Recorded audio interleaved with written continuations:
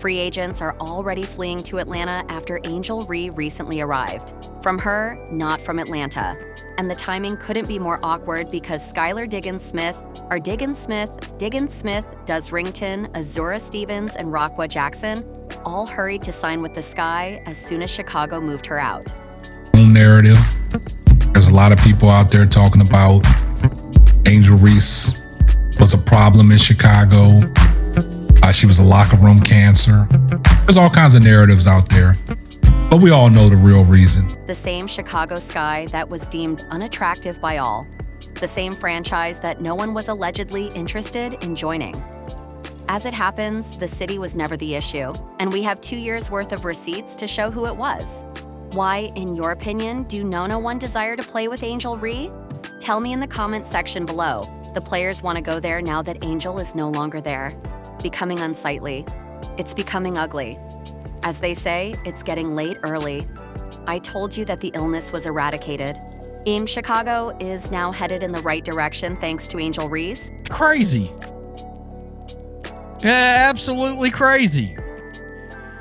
But it's such a crazy ass look that an opposing team has got a better idea of how to handle this situation and the marketing of the superstar, not just a superstar, the superstar. By the way, didn't disrespect fans for how long they've been. Let's take a moment to discuss Angel Reese's statistics, as they appear to be quite impressive on paper. Double-doubles in 2 seasons, 2 All-Star nominations, and rebounding totals that made her comparable to some of the league's top bigs. Why, therefore, did the Chicago Sky score 13 and 27 in her first season before suddenly declining to 10 and 34 the following year? That is not a dip for rebuilding. With the same centerpiece throughout, that squad is headed Does Diggins-Smith on the wrong path. No one says no to you. You're going to receive the affirmative answers, knowing that you will receive more affirmative responses than negative ones. I'm thrilled about that. I'm sure that will happen soon. Not because the rebounding numbers are not quite what they appear to be, it is worthwhile to take a closer look. Reese's offensive boards accounted for a significant portion of her rebounds, and many of those boards were the result of her own missed shots. Thus, she would miss, take hold of her own miss, perhaps miss once more. Pulling down a disputed defensive rebound against a physical postman was equivalent to each of those grabacks. That isn't dominance. In case you haven't noticed, the Chicago Sky are now on a mission. They have a mission. To be honest, it's hilarious. And what's extra volume unfunny me is the fact that a few of the Chicago Sky players who were drowned by Angel Reese are beginning to quit. The win column was never moved by the high-volume, funny volume activity disguised as production. And even if it seemed awful, the on-court incidents weren't what ultimately caused the situation to collapse. Chicago was where Courtney Vanderloot had developed her profession for years, won titles, gained all the respect in the locker room, and was allegedly branded old and washed by Reese after she was injured. Up, not in a quiet, secret volumette in a volume discussion but manner that quickly reached the team. We can't rely on Courtney to come back at that age that she's at. I know she'll be a great asset for us, but we need someone probably a little younger with some experience. Someone who's been there before. Die discussion, but Huscussion Beauty H remarked, Vanderloot is the kind of player teammates run through walls for, so you can imagine how well that landed. Courtney Vanderloot, a 2-time WNBA champion, 5-time All-Star, and 2-time All-WNBA first-team player, left the New York Liberty, a championship-caliber team, to assist the Chicago. Oh damn, oh damn, oh dang, oh damn. It's all right, Courtney. Camila Cardoso was the player Chicago was truly building around, the one they saw as the franchise's future, and she reached a point where staying in the room wasn't something she was willing to do. That tells you something about how bad the environment had gotten because Cardoso actually left during a team situation involving Reese. It wasn't a subtle disagreement or a tense practice that everyone moved past.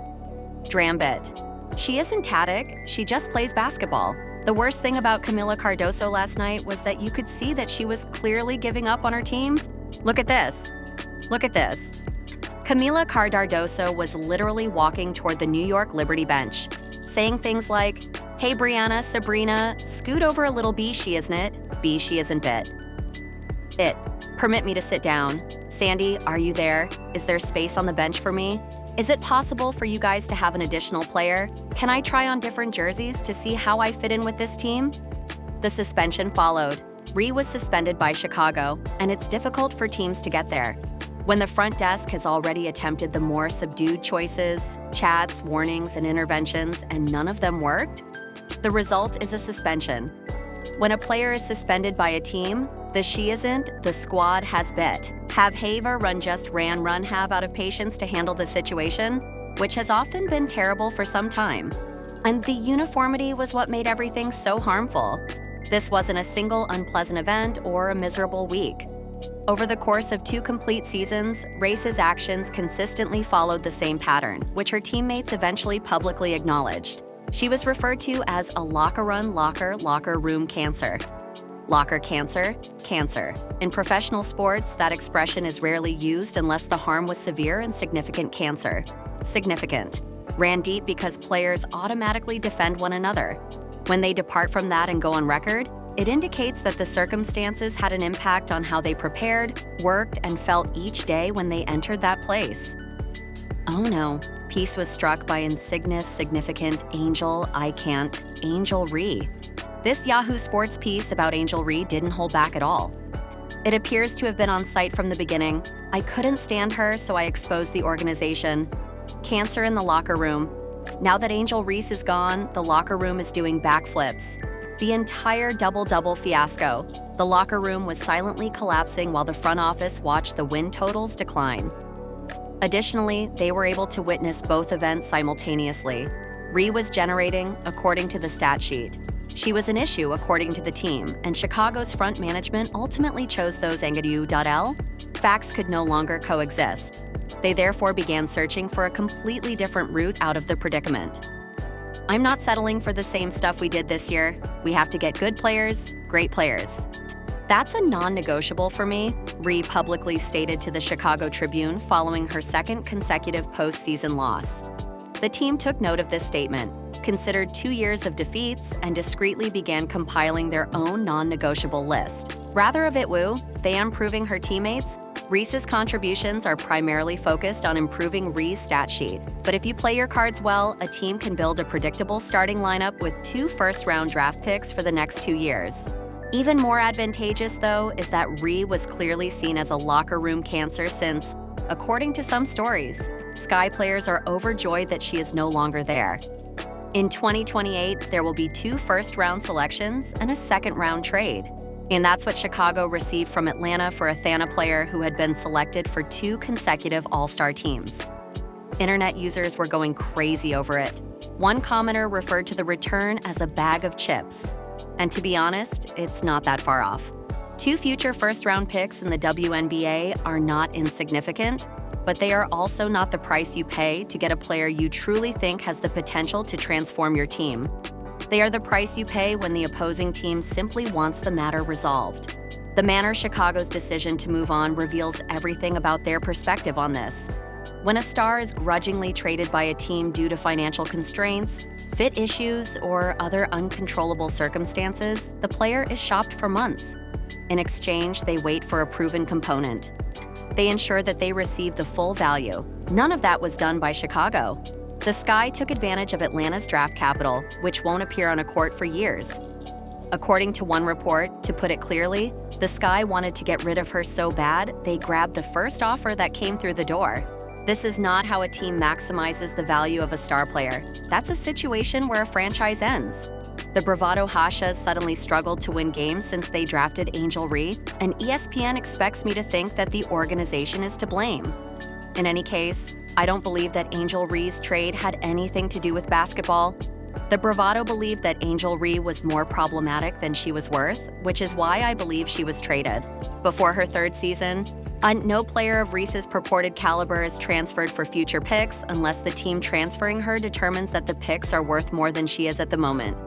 Which is a cruel statement about the market value of a 2-time All-Star. Chicago took the picks and started working right away. And what came next was almost as fast as, if you're a fan of Angel Reese, it's uncomfortable to see. Seven-time All-Star Skylar Diggins-Smith joined the Sky. The Sky signed Joni Carrington, a first-team All-Defensive pick and the 2024 Most Improved Player. The Sky signed veteran Azura Stevens, who has actual championship-level experience. Then Rhea Jackson, one of the most potent young scorers on the market, was acquired by Chicago. These athletes didn't require persuasion, not a single. Some of them took weeks to make a decision. You dragged their feet or posed challenging environmental questions. They arrived just now. After the trade, locker room relief is said to have made Sky players tired of Angel Reese. Reese's 2-year time with the Sky, during which she became one of the league's best rebounders and was named an All-Star in both seasons, comes to an end with the blockbuster deal. Reese celebrated her new chapter on social media and went out in public sporting a new hairstyle. And the decision, according to an unnamed source close to the Chicago club, has significantly improved their locker room. Chicago was portrayed as an unpleasant travel destination for 2 full years. Too chilly, too chaotic, an unsuccessful franchise. That narrative lasted for as long as Reese was a member of the team, and it vanished the week she departed. Chicago wasn't the reason why stars avoided the city. Whatever was going on in that locker room, they were staying away. And the phone began ringing as soon as that locker room changed. The Sky then gave Rhea Jackson Reese's number 5 jersey as all of this free agent business was coming in. I simply gave it to them. One of the weirdest things to happen in this whole circumstance is that Reese's fans went crazy online almost once, requesting that the number be retired. This is because jersey retirements are reserved for players who have won championships for their teams. Playoff runs, something that should be preserved. Reese's teams went 10-34, then 13-27. Retirement is not an option. The Sky didn't simply let go of Reese. Her name, her phone number, and the whole story behind their franchise were all purposefully changed. And they did it so quickly that it didn't even feel like a change. Will the Chicago Sky win twice as many games as they did the previous season? Are they currently a sneaky playoff team? With a few of these acquisitions they made? Skylar Diggins is a terrific player. While all of this was going on, Atlanta continued to describe Reese as a dynamic player whose aggressiveness matched their vision and a natural fit. A few days after the transfer was completed, Brittney Griner, chaotic and a crucial member of Atlanta's 2025 roster, departed for the Connecticut Sun. Let's discuss how Atlanta marketed this. Trade with their supporters. They earned the top spot in the 2025 regular season after going 30-4. However, they were defeated in the opening round by the Indiana Fever. A squad so damaged they were essentially using spare parts. Despite being short-staffed and missing Caitlin Clark and a significant portion of their healthy roster, the Fever defeated Atlanta in the opening round despite the participation of Aaliyah Boston and Kelsey Mitchell. The Dream are now relying on Angel Reese to help them defeat that team. Let's calculate the roster because it's not attractive. With the exception of Reese replacing Brittney Griner, Atlanta's 2026 squad is essentially the same as the one that lost that series. Guerrier was one of the most accomplished large ladies in basketball history for many years, winning 2 titles and being named League MVP. Reese has never participated in a single postseason game. A player with 2 rings and a trophy cabinet was transferred by Atlanta to a player whose clubs ended 13-27, and then 10-34. This is being referred to as an upgrade. With Ryan Howard, Alicia Gray, Brittney Griner, and now the league's best rebounder on their roster, the Atlanta Dream appear to be a formidable squad on paper.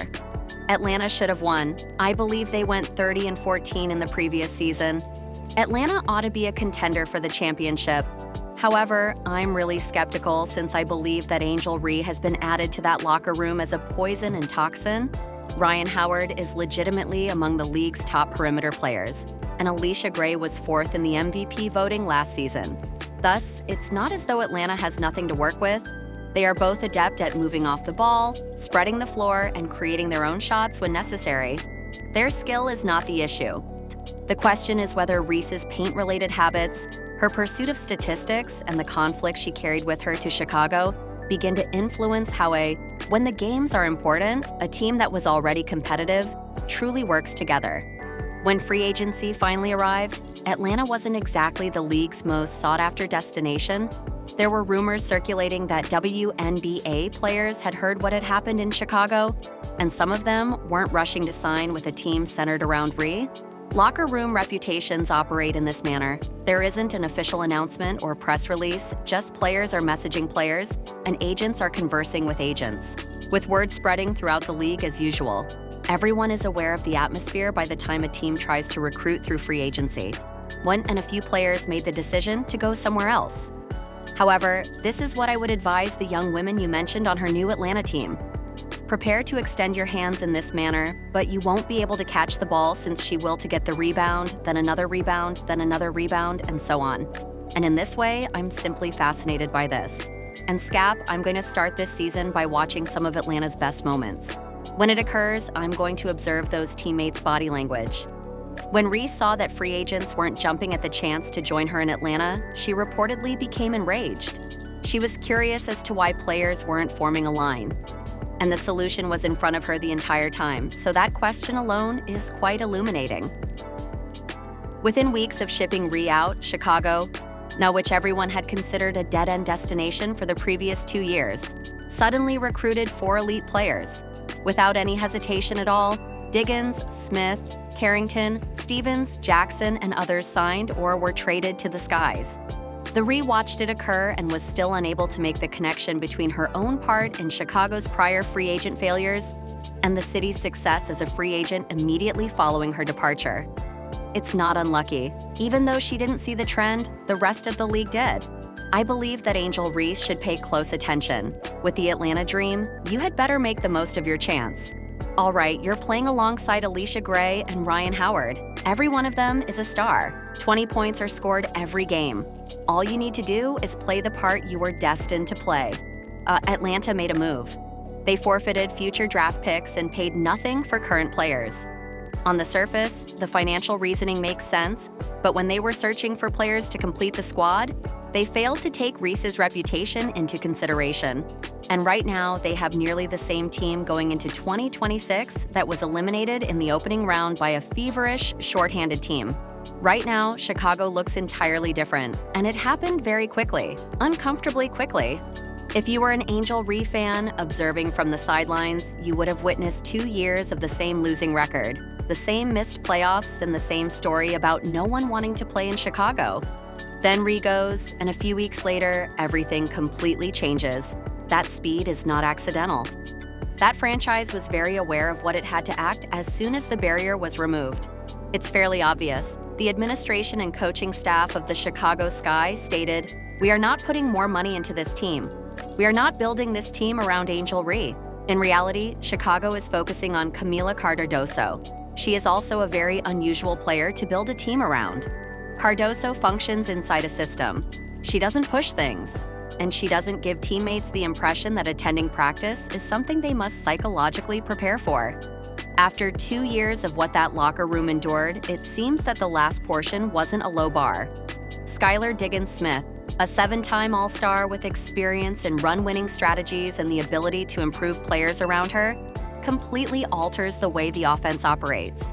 Opponents are no longer able to move freely on the perimeter thanks to Carrington's defensive intervention. In 2024, she was selected to the first-team All-Defensive and was named the most improved player. She is therefore more than a role player. On a youthful roster, Azora Stevens' experience is incomparable. Rakia Jackson scores, and she does it in a way that makes room for other players. Ree wasn't just replaced by Chicago, she was replaced by 4 players who, taken as a whole, performed better than she did. And the players' newfound willingness to attend was the reason they did it. After trading Angel Ree, they declared, we're going in right here, right now." In order to get these players to come here, they had to remove her off the squad. Fans frequently point out the terrible irony on social media. While she was there, Ree publicly called on the Sky to take precisely these actions.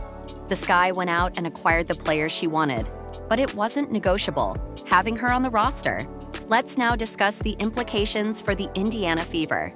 Indiana's journey through the bracket in 2026 is seriously complicated by the Eastern Conference being more competitive, which is more than just an intriguing plot point.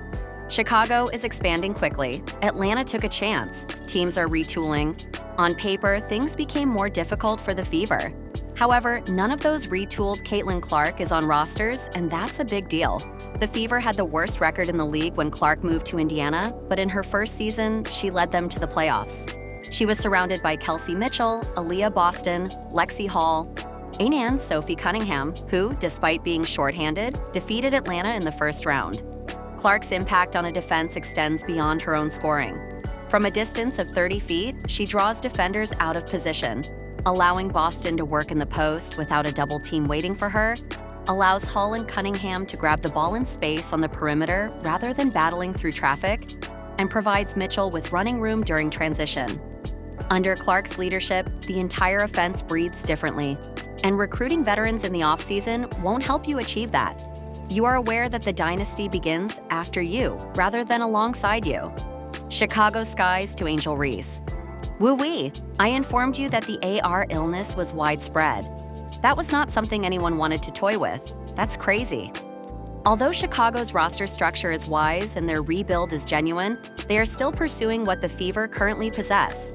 The foundation was already in place, so Indiana didn't require an off-season makeover. All they needed was one more year of games together, one more year for Clark to become familiar with the league, and one more year for the league to fail to recognize her. Reese kept Chicago in reconstruction mode for 2 years, which gave the Fever an additional 2 years to develop something that Chicago and Atlanta are just now beginning to catch up to. Angel Reese made 2 All-Star teams, led the league in rebounds for 2 years in a row, then departed Chicago after the team gave her jersey number to someone else in a matter of weeks. It's a very particular kind of legacy. When Caitlin Clark arrived in Indiana, the Fever had the poorest record in the league.